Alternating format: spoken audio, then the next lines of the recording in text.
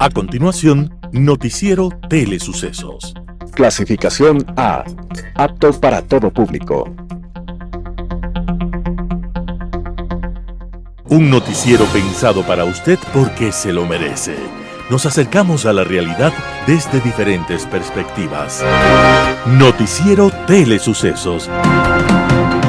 Primera parte del Noticiero Telesucesos con las noticias más importantes del día.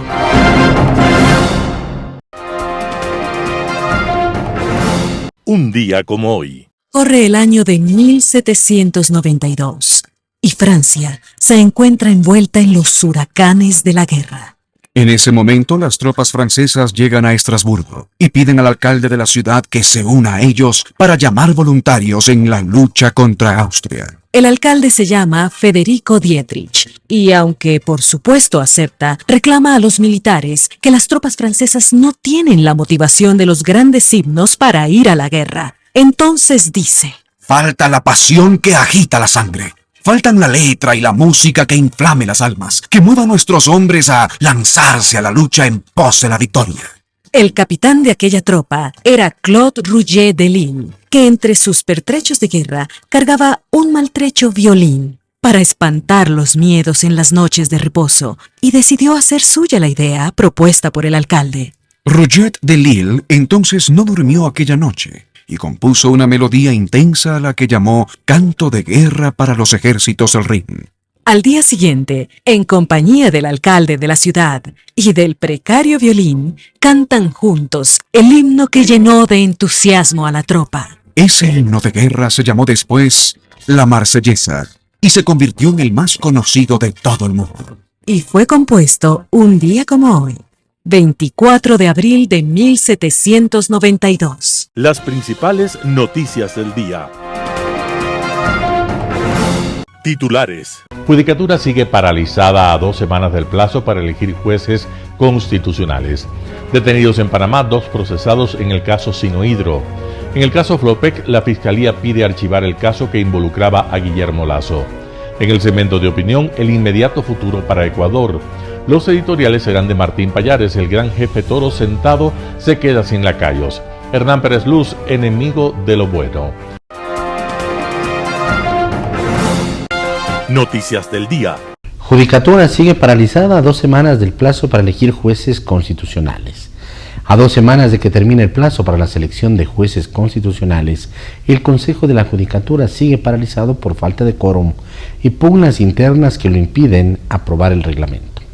Actualmente solo 3 de sus 5 vocales siguen en funciones.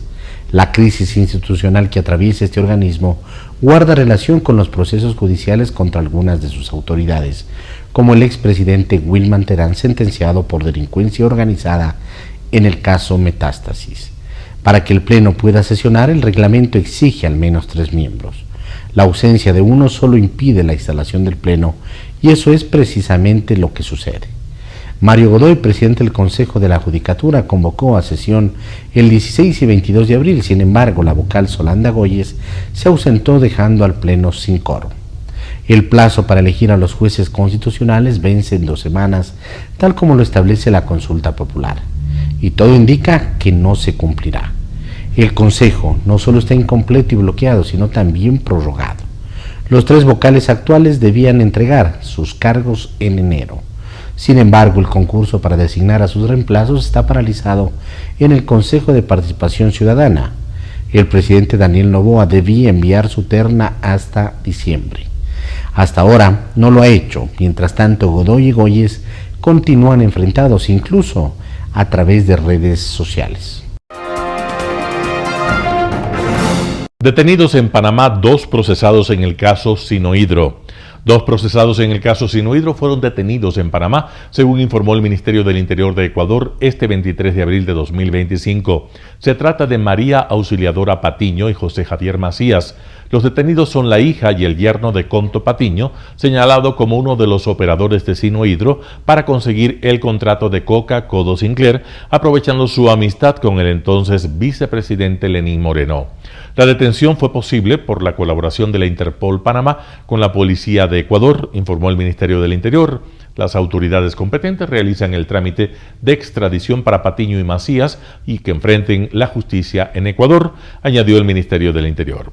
En marzo de 2024, una jueza había dictado prisión preventiva para los dos por haber incumplido la presentación periódica ante la justicia. La jueza también pidió a la Interpol que se emita la orden de difusión roja para la búsqueda y captura de los implicados. Según la Fiscalía, los investigados en este caso conformaron una estructura delincuencial que cobró $76 millones en sobornos a la empresa china Sinohydro, que estuvo a cargo de la construcción de la hidroeléctrica Coca-Codo Sinclair durante el correísmo. En este caso también es investigado el expresidente Lenín Moreno, su esposa Rocío González y su hija Irina Moreno. Caso Flopec. Fiscalía pide archivar el caso que involucraba a Guillermo Lasso. La Fiscalía General del Estado solicitó el archivo del caso Flopec, en el que se investigaba al expresidente Guillermo Lasso y otros funcionarios de su gobierno por presunto peculado. La petición fue presentada por la fiscal general Diana Salazar el lunes 21 de abril del 2025 ante la Corte Nacional de Justicia. La jueza Daniela Camacho de la Sala Penal de la Corte conoció el requerimiento y concedió un plazo de 3 días para que se emita un pronunciamiento oficial sobre el archivo. En esta causa también estaban señalados Hernán Luque Lecaro, ex titular de la empresa coordinadora de empresas públicas EMCO, Danilo Carrera Druet, cuñado del exmandatario, así como Osvaldo Rosero, Óscar Panchi e Iván Correa. Todos estaban acusados de participar en presuntas irregularidades dentro del contrato entre la estatal Flopec y la empresa Amazonas Tanker Port. El caso surgió en abril del 2023, luego de la que la ex asambleísta Mireya Pazmiño presentara una denuncia por peculado ante la Fiscalía. Su acusación fue una de las bases del juicio político que enfrentó a Lasso ese mismo año, aunque el proceso no prosperó. En su solicitud, la fiscal Salazar argumentó que tras la etapa de investigación previa no se hallaron elementos suficientes para formular cargos y continuar con el proceso penal. La decisión final sobre el archivo dependerá del pronunciamiento de la Corte Nacional. Este podría cerrar definitivamente este capítulo judicial para el exmandatario y sus allegados. Washington Andrade, abogado de Mireya Pazmiño, adelantó que presentarán su oposición en el término concedido por la jueza nacional Camacho, de quien dijo atendió en tiempo récord el pedido de archivo de la investigación previa. Entrevista del día. En Radio Sucesos estuvo David Rosero, vocal suplente del Consejo de Participación y Control Social, para hablar acerca de la situación de ese consejo. Escuchemos lo que dice. Venimos a construir, a trabajar y a aportar nuestra experiencia, nuestro grano de arena en un equipo de trabajo para avanzar en los diferentes procesos y en las atribuciones del Consejo de Participación, tanto promover los temas educativos, de capacitación, de la acción social que realiza el Consejo, la rendición de cuentas y otros mecanismos de participación, y también aquellos procesos de concurso propiamente dicho, tanto los de las ternas como también los otros procesos. En ese sentido, hemos sido ya recibidos por el presidente del organismo. Veo un ambiente bastante importante para avanzar en un trabajo en armonía. Bueno, importante, esta situación que usted tenía, que se fue consultada con la Procuraduría, todo quedó ya listo, absuelto, ya no hay dudas de que usted tiene que ocupar la vocalía en el Consejo de Participación Ciudadana. Bueno, estimado Alvarito, son más de cerca de 700,000 votos a nivel nacional que obtuvimos en la pasada elección y obviamente, aparte de esa situación, el tema de los pronunciamientos de la primera función del Estado, como es el legislativo, también de la Procuraduría, pero es importante, y en exclusiva lo digo aquí en Radio Sucesos, muchos comentan de la famosa sanción hace más de 2 años que sucedió, pero nadie o pocos saben la razón por la que se dio esta famosa sanción. Resulta que en ese tiempo los poderes de turno pretendían imponer a Wilman Terán como presidente del Consejo de la Judicatura. Yo no voté por Wilman Terán y luego vino la sanción a través de la Corte Constitucional. Entonces, luego el consejo siguiente, que estuvo unos pocos meses, fue quien puso a Wilman Terán, luego que nosotros ya salimos del organismo, y yo creo que el tiempo nos ha dado la razón en no haber votado por esta persona, porque bueno, todos conocemos las situaciones complejas que se vieron. De ahí en adelante, yo creo que de aquí venimos a construir, a sumar y a impulsar los diferentes procesos con una planificación eficiente para ganar los tiempos.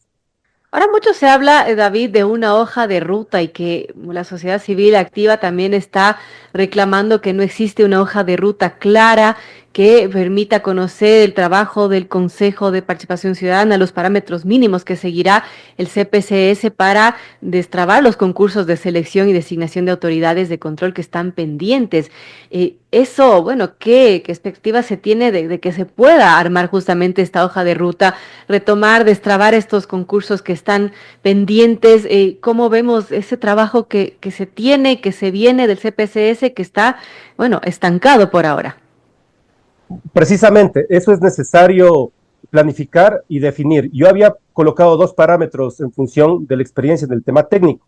A ver, hay dos tipos de procesos en el Consejo, los que son por ternas, que son más ágiles. Voy a poner un ejemplo, el tema del Consejo de la Judicatura, que se puede avanzar en función de menores etapas y más ágil en cuanto a la composición de ese organismo, que son las 5 ternas, que una es del gobierno, que tiene que enviar el señor presidente de la República, de la señora fiscal, de todos los organismos, obviamente de aquellos que falten, ¿no? De aquellos que falten por completar.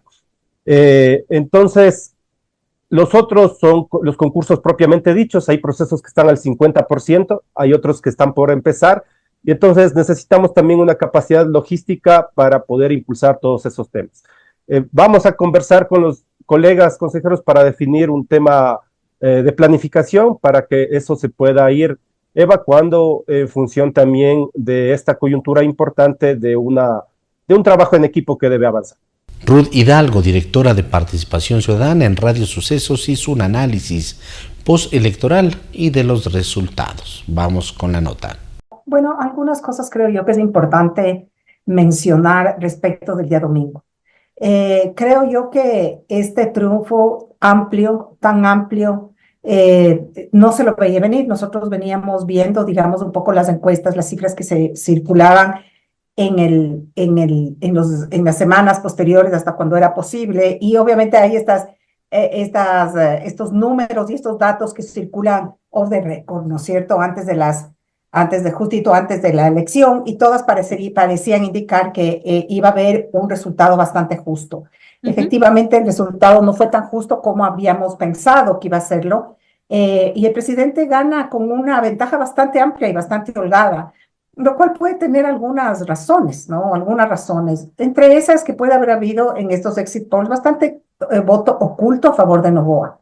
Es decir, mucha gente quizá el momento que era entrevistado en boca de urna no decía realmente su voto o su preferencia en ese momento. O recordémonos que teníamos también un nivel alto de indecisión, un nivel alto de indecisión que se mantuvo como constante, históricamente mucho más alta que usualmente hemos tenido nosotros conocimiento que existía, y entonces es probable que mucha de la gente que estaba indecisa el día de las elecciones, en base a muchas cosas que sucedieron la última semana, sobre todo, creo yo que tomaron la decisión final de ir por el presidente Noboa, y obviamente este era un voto que en encuestas quizás salía un voto indeciso o voto nulo, que los ratos se tradujo por un voto a favor del presidente. Y entonces tenemos el resultado que todos conocemos. Ahora bien, sí ha llamado la atención que haya esa misma noche una propuesta o una posición radical por parte de la ex candidata, indicando que no iba a aceptar simplemente el resultado de las elecciones. Pero creo que algo importante, que es lo que hemos podido ver nosotros después en la post-elección, en el post-proceso electoral, es que si bien es cierto, esta reacción, digamos, fue a la voz populi, fue a la luz de las cámaras, de hecho, de televisión, es decir, que no acepta el resultado, ese resultado es descolgado, o esa posición, digamos, es descolgada en términos coloquiales, por usar ese término coloquial, más adelante por sus propios coidarios. Y yo creo que eso habla mucho de algunas cosas. En primer lugar, se dice dentro de los coidarios, el alcalde mismo supo indicar que ellos no sabían o no estaban, digamos, comunicados o no habían sido socializados entre ellos o consultados de que esa iba a ser la posición, digamos, del movimiento, ¿verdad?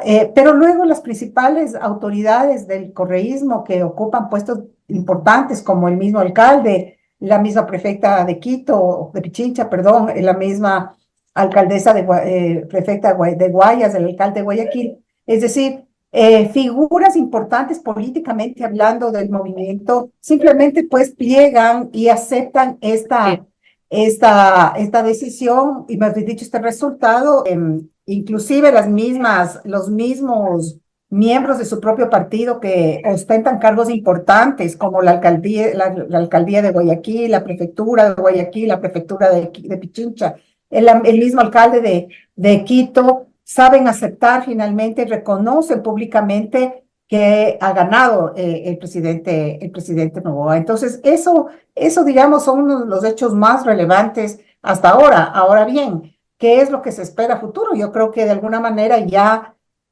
lo que pasó el domingo y lo que si fue socializado o no esta posición del movimiento de sociedad, de Revolución Ciudadana, en aceptar o no aceptar, eso ya es, digamos, pasado, ya empieza a ser un periódico de ayer claramente, porque las cifras están, y yo creo que el dato mata el relato, son más de 10 puntos, esto es una ganancia amplia y una ganancia a todas luces.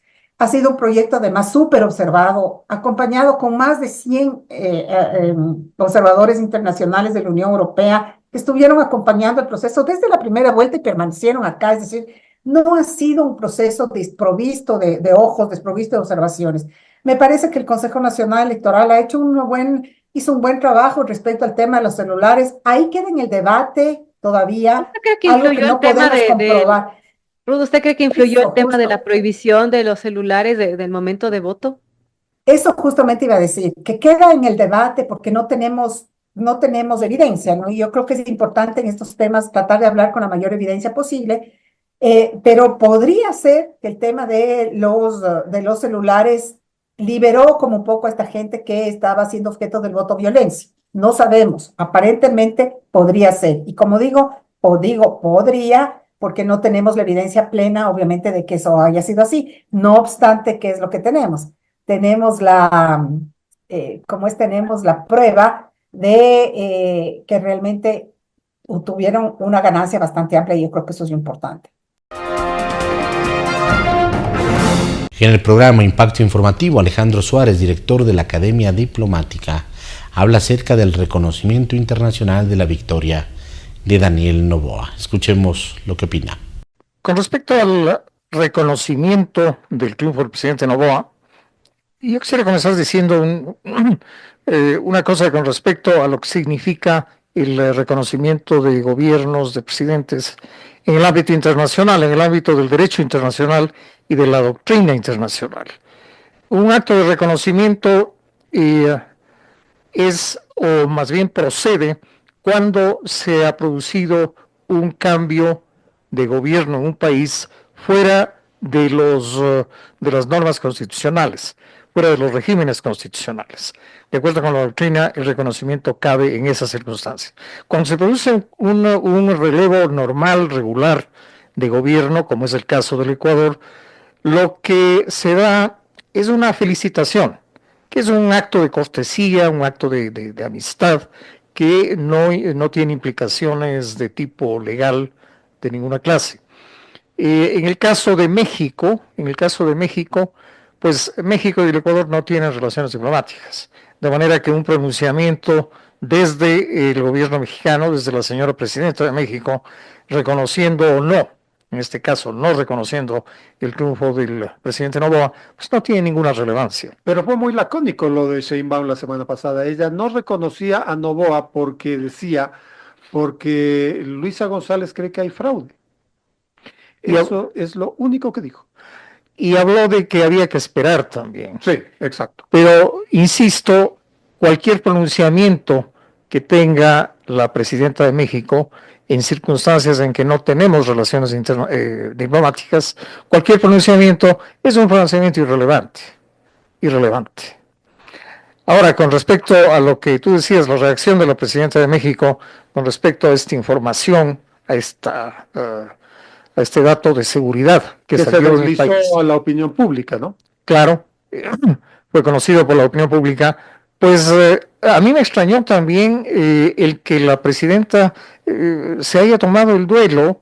El pronunciamiento de la seguridad ecuatoriana hablaba de criminales, hablaba de sicarios que venían desde México. Claro, no estaban diciendo enviados por el gobierno mexicano. Exactamente, nadie dijo que estarían enviados por el gobierno mexicano. Y claro, desafortunadamente hemos visto a lo largo de los últimos años, bajo los regímenes especialmente de Morena en México, partido al que perteneció el presidente López Obrador y pertenece la presidenta Sheinbaum, bajo la administración de Morena, pues México se ha convertido un poco en exportador de carteles del narcotráfico, en exportador de criminales internacionales. Bueno, qué pena decirlo, pero ha sido así. López Obrador fue tachado durante sus 6 años de gobierno de que tenía financiamiento y que tenía influencia sobre todo de los carteles de la droga. Claro, y esas afirmaciones se hicieron con mucho fundamento. Y tenemos que los agentes de los carteles mexicanos, Sinaloa, Jalisco, Nueva Generación, están ya en varios países de la región. Es una internacional del crimen que tiene entre sus filas, entre sus integrantes, evidentemente sicarios criminales. O sea, el pronunciamiento de la Cancillería mexicana el sábado pasado más bien parecía que venía de los carteles y no del gobierno mexicano. Pudo haberse escuchado de esa manera, ¿no? Claro, es que hay que reafirmar aquello. La información del Comando Conjunto de las Fuerzas Armadas, pues de un oficial del Combaco, estaba señalando que venían sicarios desde México, no desde el gobierno mexicano. Así fue. Y claro, desafortunadamente estamos asistiendo a una nueva ratificación de la posición mexicana con respecto al Ecuador, y todo ello en función de la afinidad que el gobierno de México, que la señora Sheinbaum, tiene con determinado sector político en el Ecuador. Tenemos el día de hoy la presencia de Ricardo Vallejo. Él es un experto en temas tributarios y planificación financiera, ya lo hemos invitado en algunas ocasiones, pertenece a iConta, además, ¿no? Que es, ya nos va a contar un poquito también, aunque ya nos ha contado en otras ocasiones, pero contarnos un poco a qué se dedica esta empresa importante que viene trabajando dentro de eso, de lo que es la planificación financiera, y es así que estamos en el mes de abril, y en el mes de abril sobre todo hay que cumplir ciertas regulaciones, ciertas disposiciones que existen por parte del sistema de rentas internas, de lo que significa la tributación a nivel nacional, y hay que estar pendientes de eso, porque a veces hay también errores que se cometen, ¿no?, dentro de lo que es una declaración. Pero bueno, vamos a hablar de algunas cosas. Recordémosle a la gente lo que es iConta. Ricardo, bienvenido. Bueno, buenos días, muchas gracias por la invitación. Sí, iConta es un sistema contable que se dedica sobre todo al mercado pequeño y mediano empresario, que significa en el cual, donde las papas queman prácticamente, en el cual el empresario, el contador quiere tener y tomar decisión acerca de la parte contable, en el cual tengas mayores en tema de reportes, tengas tus manejos de tus cuentas por cobrar, tus cuentas por pagar, el control de tu inventario, todo el control de tu empresa en un momento, en un clic, en el que significa que yo me puedo conectar desde cualquier parte del mundo. Puede estar en Colombia, en cualquier parte del Ecuador o en cualquier país del mundo, y poderme conectar y revisar toda la parte contable de mi empresa, de cómo se está manejando, de cómo están funcionando mis locales, etcétera, etcétera, etcétera. ¿Por qué enfocado ahí dentro de ese grupo, digamos, no quiero llamarlo pequeño porque es un grupo gran dinamizador de la economía además, ¿no? y de la producción ecuatoriana, sino digamos podemos llamarle como el pymes, ¿no? Pequeñas y medianas empresas, y también las personas, digamos, que hacen el tema de trabajo de servicios profesionales, por ejemplo, de manera independiente. ¿Por qué está enfocado un poco más ICONTE en eso? Bueno, de por sí creemos en los emprendedores y demás, y claro, lo que como usted menciona, en la parte, todos los, en el Ecuador y a nivel de otros países, las que dinamizan en la economía son los pequeños y medianos grandes empresarios que mueven el mercado. ¿Por qué? Porque son de diferentes ferreterías, supermercados, significa que también hay empresas de servicio, un sinnúmero de negocios en el cual influyen en la economía ecuatoriana. ¿Y qué es lo que necesitan? Tener una plataforma a su alcance con un precio competitivo en el cual no necesiten invertir en grandes volúmenes en servidores y demás. ¿Por qué? Porque nuestro sistema es un sistema totalmente online en el cual te puedes conectar desde cualquier parte, desde tu computador. Si se daña tu computador, puedes conectarte a otro computador. Entonces, esa es una ventaja. Ya los sistemas tradicionales de tener mi sistema guardado en una computadora o tener mi servidor en mi oficina, no, ya es bastante riesgoso. ¿Por qué? Porque ya actualmente la globalización lo que te pide es de que tu información esté resguardada en la nube, en servidores protegidos y además. Esto es muy amigable, entran, es decir, básicamente a una aplicación, a una página de ICONTE, ¿no? Desde cualquier parte del mundo, desde cualquier dispositivo prácticamente que tenga acceso a internet, y pueden realizar los trabajos, en este caso las declaraciones o todas las normativas que se deban cumplir. Estamos en abril, ya estamos en 22 de abril, queda prácticamente una semana de este mes. ¿Qué declaraciones, qué pagos hay que hacerlos dentro de lo que corresponde a este mes de abril? Una semana, sí, estamos en la última semana de corre que le digan, ya es los últimos días de declaración del impuesto a la renta, de acuerdo al 9º dígito de la cédula, ante el Servicio de Rentas Internas, en el cual las empresas tienen que hacer su declaración de renta. ¿Qué significa? Empresas jurídicas, ya compañías, sociedades anónimas, SAS y demás. Pero también las empresas que están sujetas a la superintendencia de compañías también son obligadas a presentar su información financiera ante este ente de control. ¿Qué significa? En el cual yo debo presentar mis balances, mis estados de resultados, notas a los estados financieros y demás, un sinnúmero de requisitos, pero que lo más recomendable es correrle un poco. ¿Por qué? Porque ya faltando 2 o 3 días, la página de la superintendencia de compañías colapsa. Entonces, no les aseguro que va a funcionar correctamente. Entonces, preferible, pongámosle un poquito, anticipar unos 3 o 4 días antes. Ahorita ya se empieza a generar un poco en su página una lentitud. Entonces, primordial empezar a terminar esa información financiera que teníamos pendiente para evitar problemas a futuros. ¿Por qué? Porque si yo ya no hago la declaración a tiempo, el mes siguiente, en mayo, nos quedan una multa de $475. Un sueldo básico. Un sueldo básico. Un panorama de noticias para su estatura intelectual.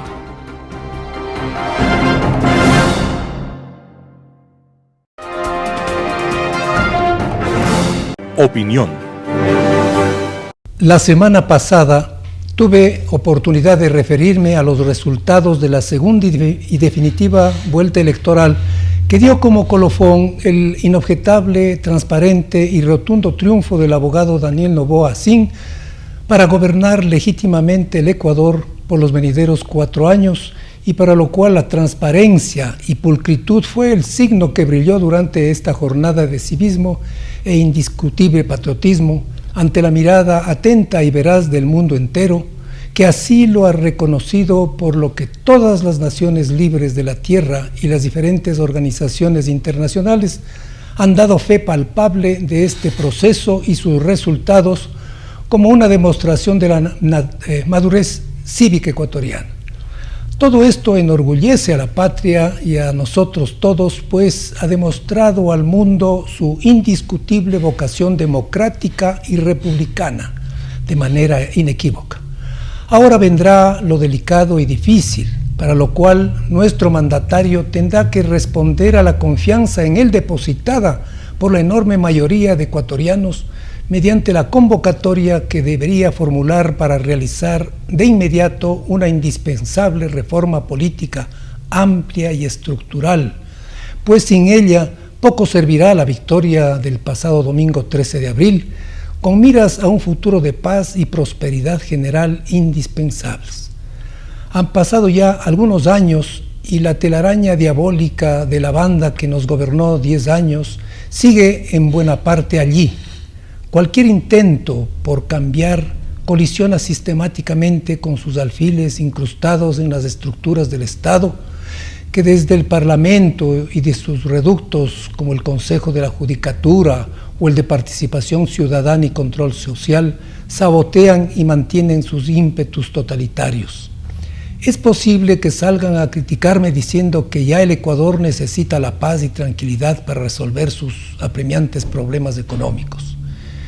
El único que algo avanzó y logró romper ciertos nudos de esta toleraña fue ciertamente Lenín Moreno.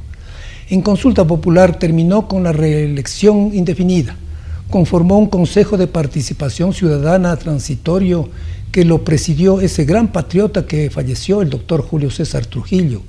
Fue en ese escenario donde se designó a la fiscal general que tuvo la valentía de enfrentarse con esa mafia y legítimamente mandó a algunos a la cárcel. Pero la gigantesca telaraña se mantiene como la diseñaron exprofesamente los españoles contratados para ello, con el siniestro objetivo de mantener la estructura jurídica que Correa nos dejó en la Constitución de Montecristi, con el fin de atar las manos del Estado y empantanarlo, evitando cambios en verdad democráticos. Cuando Lasso lo intentó por maniobra política, acabó de complicarnos porque su rechazo y desprestigio era tan grande que los votantes en la consulta le dijeron no para castigarlo. Ahora Noboa sí puede hacerlo y lo debe hacer con premura, porque tiene la suficiente popularidad y el debido prestigio para ganar. Deben desaparecer los consejos de la Judicatura y el de Participación Ciudadana, auténticos nidos de conspiración y sabotaje correístas ante cualquier intento por cambiar o designar nuevas autoridades. ¿Cómo entonces podemos democratizar el Estado totalitario que ellos cuidan con extremada diligencia? Se convierten en la avanzada enemiga para mantener el país en jaque. Es indispensable entonces cambiar las mayorías para actos en la Asamblea que bloquean resoluciones y actos vitales para avanzar en la dirección correcta y beneficiosa para el país. Debe permitirse que sea el pueblo que vote por las reformas laborales detenidas por la dirigencia sindical inútil y desprestigiada. ¿Cómo conseguir la indispensable inversión extranjera en cantidades suficientes para aumentar la oferta del empleo y progreso si el Ecuador no permiten las fórmulas del arbitraje internacional para la resolución de conflictos? Y todo esto lo dicen y aseguran expertos en la materia. En un país sin seguridad jurídica nadie invierte. Hagamos que el pueblo lo decida y rompamos el entramado que nos dejó la herencia maligna del gobierno de la década perdida. Creo y estoy seguro que el país saldrá esta vez triunfante frente a las graves dificultades que nos dejó de herencia un muy mal pasado. No estamos solos en el mundo. Los modernos medios de comunicación y las redes sociales se encargan cada momento y cada instante de trasladar hacia otras latitudes los mínimos acontecimientos que se suscitan en cada rincón de la tierra. De allí que la diplomacia, la nuestra, sobre todo la del país ecuatoriano, debe estar debida y adecuadamente preparada para informar en todo el mundo lo de bueno que realiza nuestro gobierno, sus legítimos planes, el ambiente de paz que está recuperándolo, la apertura que ofrece al capital extranjero con las debidas seguridades y beneficios que da a quienes inviertan en el país o a quienes quisieran hacerlo, a quienes quieran realizar turismo, nuestras latitudes en diferentes lugares. Por ello, el Servicio Exterior de la República, que es realmente uno de los más profesionales, no solo de nuestro continente, debemos confiar en él y cada vez mejorarlo, fortalecerlo y modernizarlo, porque nuestra diplomacia, a través de nuestras embajadas y nuestros consulados, deben constituirse y están obligados en hacerlo, siendo entonces el cabal soporte para nuestro desarrollo y el bienestar general de los ecuatorianos, en especial de quienes más lo necesitan. Muchas gracias. Editorial. El gran jefe Toro Sentado se queda sin lacayos. Artículo de Martín Pallares publicado en Diario El Expreso. Lo que ocurrió con Pavel Muñoz la noche de la proclamación de resultados electorales y el día siguiente pasará a convertirse en un antes y un después en la historia moderna de la política ecuatoriana. Primera escena. En la tarima la noche del domingo, el alcalde de Quito aparece aplaudiendo y tocándose el pecho en señal de emoción, mientras la candidata perdedora a la presidencia dice que hubo fraude y que los resultados están amañados. Segunda escena, en Radio Quito, el lunes por la mañana, el mismo personaje afirmando que nunca supo que la candidata iba a decir lo que dijo y que por el contrario reconocía el triunfo de Daniel Noboa. La suma de estas dos escenas es de especial relevancia. Por primera vez, uno de los más importantes miembros del Politburó de la Revolución Ciudadana se atrevía a desautorizar a su mentor y caudillo Rafael Correa. Una desautorización que no fue únicamente suya, sino de las 4 autoridades regionales del país, todos correístas miembros de la más alta jerarquía. Los alcaldes de Quito y Guayaquil y las prefectas de Guayas y Pichincha decidieron reconocer el triunfo de Noboa yéndose en contra de lo que había dicho el gran jefe Toro Sentado. Para entender la relevancia de lo ocurrido hay que volver al caso particular de Muñoz. Si hasta antes de la debacle electoral a este personaje le hubiera pasado lo del domingo por la noche, seguramente no lo hubiera contado al siguiente día. Desautorizar al jefe y a su candidata, revelando que no sabía lo que ésta iba a decir en la tarima, imposible.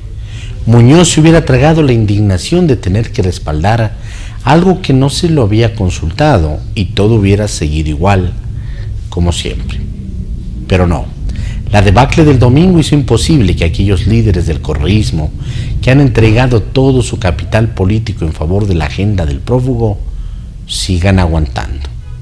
Esta serie de desautorizaciones al jefe máximo rompe con una lógica que ha estado presente en la conducción de la Revolución Ciudadana y plantea la posibilidad de que la forma en la que ha ejercido la actividad política cambie radicalmente. Existen otros liderazgos en el correísmo que preferirían de hoy en adelante priorizar sus aspiraciones políticas a las de Correa. El prófugo se está quedando sin tener a quien ordenar y eso debe ser muy doloroso para él. Artículo de Martín Pallares publicado en Diario El Expreso. Enemigo de lo bueno. Hernán Pérez Luz, El Universo. A muchos nos gustaría ver a la actual Constitución sustituida por una nueva. Es como enterrar uno de los vestigios más dañinos del correísmo. Una nueva Constitución únicamente puede producirla una Asamblea Constituyente, es decir, un cuerpo parlamentario específicamente convocado para esa misión. El problema que se presenta con esta alternativa es el costo, en términos políticos y económicos, la incertidumbre que provoca y el tiempo que demanda. Tendrán que ocurrir 3 elecciones, una para consultarle al país sobre su decisión de que se convoque a una constituyente, otra para elegir a los asambleístas constituyentes y una tercera para aprobar o no el nuevo texto que salga de esa asamblea. Cada acto electoral deberá ir precedido por un periodo de campaña, difusión, convocatoria, impugnaciones y otras etapas. Habrá que ir 3 veces a votar. La otra vía es introducirle a la actual Constitución una serie de reformas y enmiendas de gran alcance. Este mecanismo es más breve y sencillo, y el objetivo, si bien no es idéntico al de una constituyente, es bastante similar. La reforma y las enmiendas las deberán discutir y aprobar los asambleístas recientemente elegidos, y al final del proceso de debate el nuevo texto sería sometido a un referéndum. ¿Qué aspectos de la actual Constitución podrían modificarse mediante estos mecanismos de reforma y enmiendas? Con pocas excepciones, prácticamente todos los capítulos de la Constitución son susceptibles de reforma y enmienda. Para poner un ejemplo, la Corte Constitucional, en agosto de 2019, emitió un dictamen favorable para reformar la Constitución en 3 aspectos: la eliminación del Consejo de Participación Ciudadana y Control Social, la transformación integral de la legislatura y el fortalecimiento de la Fiscalía General. No eran cambios superficiales. El proyecto obtuvo un respaldo de cerca de 300.000 ciudadanos. Lamentablemente, la Asamblea nunca lo debatió, simplemente lo leyó y lo guardó en una gaveta por allí. Meses más tarde, la Corte Constitucional dictaminó favorablemente un cambio radical en el funcionamiento de las organizaciones políticas para evitar su proliferación y caminar hacia un sistema de 4 o 5 partidos o movimientos políticos a nivel nacional. La enmienda no fue aprobada en una consulta popular, pero nada impide volver a presentarla. Y si estos cambios no son considerados suficientes o no son vistos como importantes, nada impide que el presidente Daniel Noboa prepare un paquete bien elaborado de otras reformas estructurales y enmiendas adicionales o diferentes a las mencionadas. El sistema económico, inversión, dolarización, concesiones, etc., el Poder Judicial, la división territorial, el modelo de control constitucional, son todos ellos susceptibles de cambiarse de manera sustancial, vía enmienda o vía reforma, según el caso, y se lo puede hacer de una forma más expedita y eficiente que el de una constituyente. Debe recordarse que los asambleístas recientemente elegidos no pueden obviamente convertirse en constituyentes, puesto que no fueron elegidos para que ejerzan esa potestad. El país requiere abordar un tema de tanta trascendencia con una buena dosis de pragmatismo. Debemos evitar confundir a los deseos con las posibilidades y perder lo bueno por querer lo perfecto. Hernán Pérez Luz, El Universo. Noticias internacionales. Vance y Modi celebran las conversaciones entre Estados Unidos y la India. El vicepresidente estadounidense J.D. Vance y el primer ministro indio Narendra Modi se han felicitado mutuamente por los avances positivos en las conversaciones sobre un acuerdo comercial tras una reunión en Nueva Delhi. Ambos abordaron la mejora de la cooperación bilateral en diversos ámbitos como la energía, la defensa y la tecnología. Vance elogió a Modi y afirmó que ambos países habían ultimado los términos de referencia para las conversaciones comerciales. También añadió que si estas fracasaran sería una época oscura para la humanidad. Según datos oficiales estadounidenses, Estados Unidos es el principal socio comercial de India, con un comercio bilateral entre ambos países valorado en 113.000 millones de euros en 2024, una cifra que aspiran a aumentar hasta los 436.000 millones de euros en 2030. India también es un importante socio comercial de Estados Unidos en materia de defensa.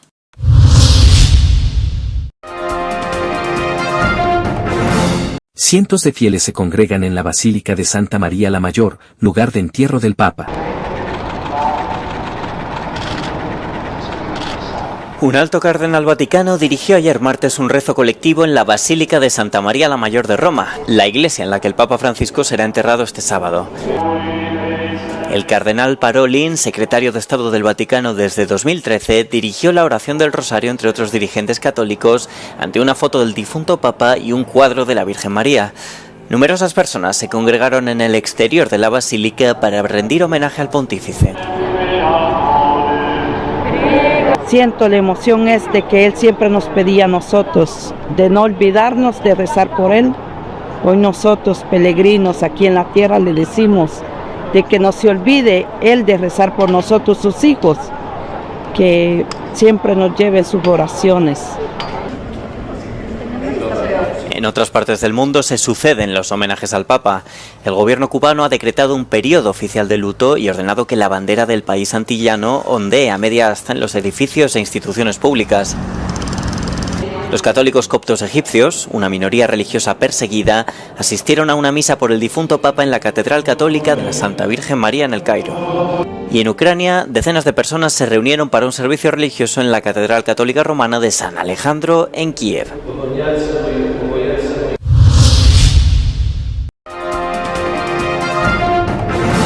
Zelensky confirma que habrá representación oficial de Ucrania en el funeral del Papa Francisco. El presidente ucraniano Volodymyr Zelensky declaró al fallecido Papa Francisco uno de los principales líderes religiosos del mundo al expresar sus condolencias en el Consejo de Iglesias y Organizaciones Religiosas de Ucrania. Ще раз хотів би висловити співчуття від всіх нас, від України, через те, що вчора відійшов до вічності дійсно один із релігійних лідерів світу, Papa Francisc. El presidente ucraniano confirmó que su país estará representado oficialmente en el funeral del pontífice que tendrá lugar el sábado en la Basílica de San Pedro. El Papa Francisco habló con frecuencia sobre la guerra en Ucrania, denunciando constantemente la violencia y abogando por una resolución pacífica. Sin embargo, algunas de sus declaraciones suscitaron críticas dentro de Ucrania, con detractores que acusaron al pontífice de parecer restar importancia al papel de Rusia en el conflicto. Zelensky se reunió por última vez con el difunto Papa en el Vaticano en octubre de 2024.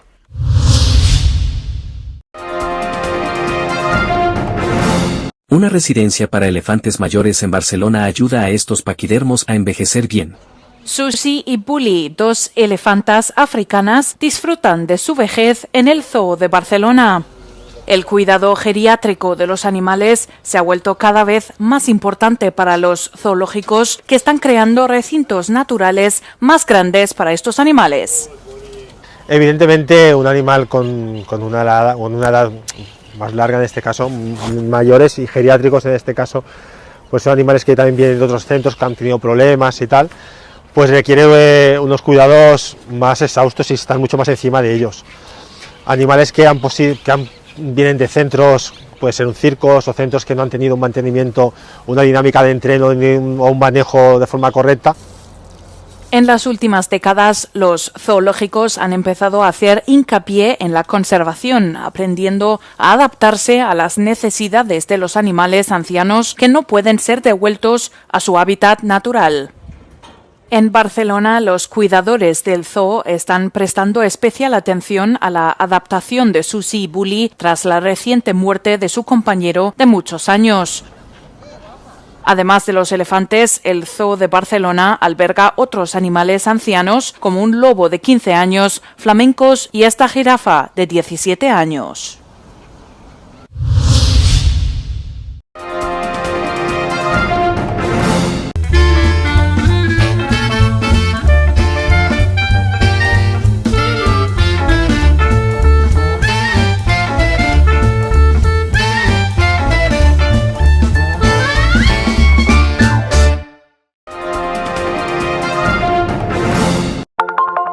Telesucesos, Canal 29 UHF de la ciudad de Quito.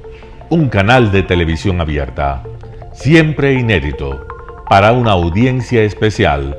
Somos cultura, educación, salud, opinión calificada, normas de vida. Y todas las tardes, de lunes a viernes, desde nuestros estudios en Arena Telesucesos, escenario propio destinado a promover el deporte. En tiempo real.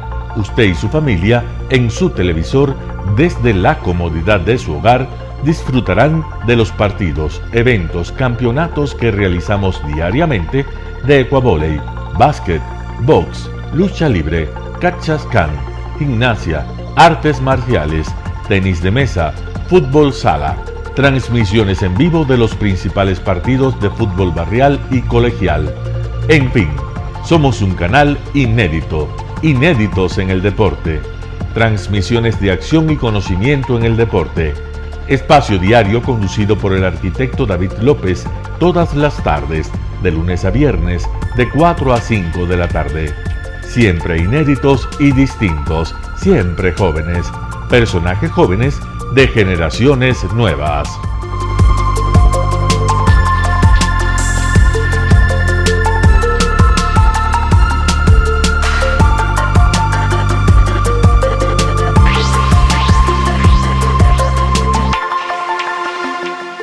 El término arena dejó tiempo atrás de ser sinónimo de muerte. Hoy es un espacio de vida, de desarrollo de una de las actividades básicas del comportamiento humano, el deporte. que quizá, como ninguna, moviliza sentimientos y emociones, elimina como principio la violencia, intereses personales, trampas, desunión e intrigas. El deporte, con sus valores, solo deberá entregar mensajes de bien para mejorar las actuales estructuras sociales y políticas en deterioro en las que vive nuestro país. Hoy entregamos a nuestra audiencia de la ciudad de Quito deportes y en especial a la parroquia de Calderón, uno de los sectores populares de mayor desarrollo de la ciudad, con una población estimada en 1 millón de habitantes que están en contacto diario con el canal 29 UHF, presente con sus instalaciones deportivas en Llano Grande, su centro de gravedad. Telesucesos, desde nuestro estudio principal y en el de Arena Telesucesos, es el único medio de televisión que transmite de lunes a viernes 4 horas diarias de diversos eventos y novedades deportivas: el ecuavóley, básquet, tenis de mesa, halterofilia, taekwondo, esgrima, box, cachascán, gimnasia olímpica. Pueden ser observados en Canal 29 UHF y en todas las redes sociales en su televisión, sin ningún costo, desde la comodidad de su hogar, en nuestro canal y en las redes sociales. Arena Telesucesos es el escenario en donde el deporte tiene vida. Nuestros invitados y jugadores están en la cancha junto a usted y como nunca antes en la pantalla de su televisor, acercándole a un espectáculo inolvidable de luz, color y fiesta.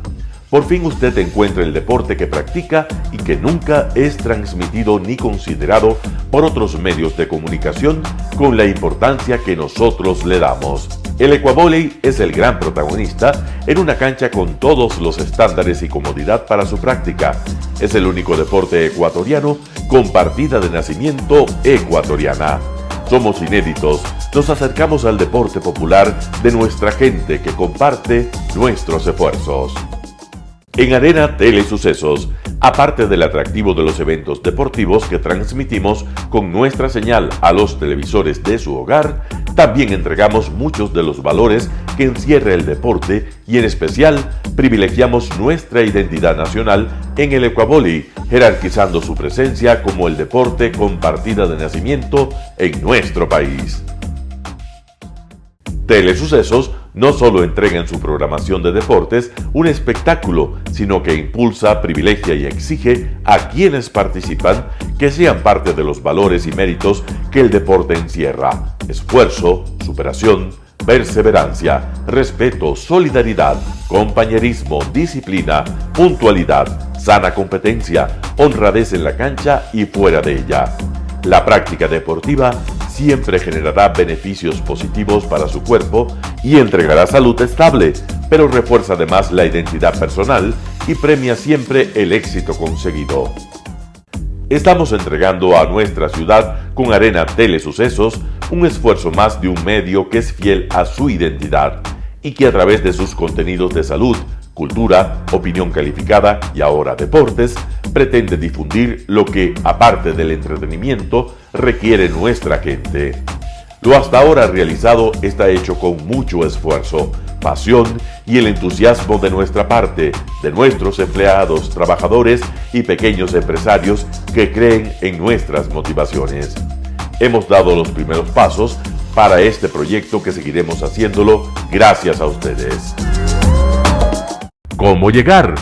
Nuestras instalaciones se encuentran en el norte de la ciudad, en un sector de gran crecimiento y desarrollo urbano al que se accede a través de la vía E35, más conocida como la Avenida Panamericana Norte.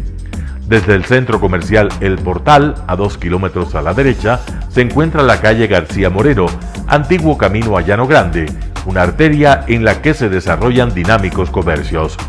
Junto al centro comercial Ciudad Alegría, a 100 metros, hemos llegado a nuestras instalaciones, Arena Telesucesos, la cancha del ecuavóley. Telesucesos, siempre inédito, nuestro canal online a la vanguardia tecnológica, 24 horas de programación continua a través de Internet. Telesucesos Internacional. En el Ecuador y en el mundo, Telesucesos Internacional. ¿Cómo lo sintoniza? Ingresando a www.telesucesos.net. Telesucesos Internacional. Telesucesos, el canal de televisión siempre inédito. El noticiero Telesucesos es retransmitido de lunes a viernes a las 7 horas por Radio Planeta Sur 106.1 FM de la ciudad de Loja. Noticiero Telesucesos. Las opiniones vertidas en este espacio por la producción y dirección del programa son de exclusiva responsabilidad de sus autores y de quienes intervienen en ellos.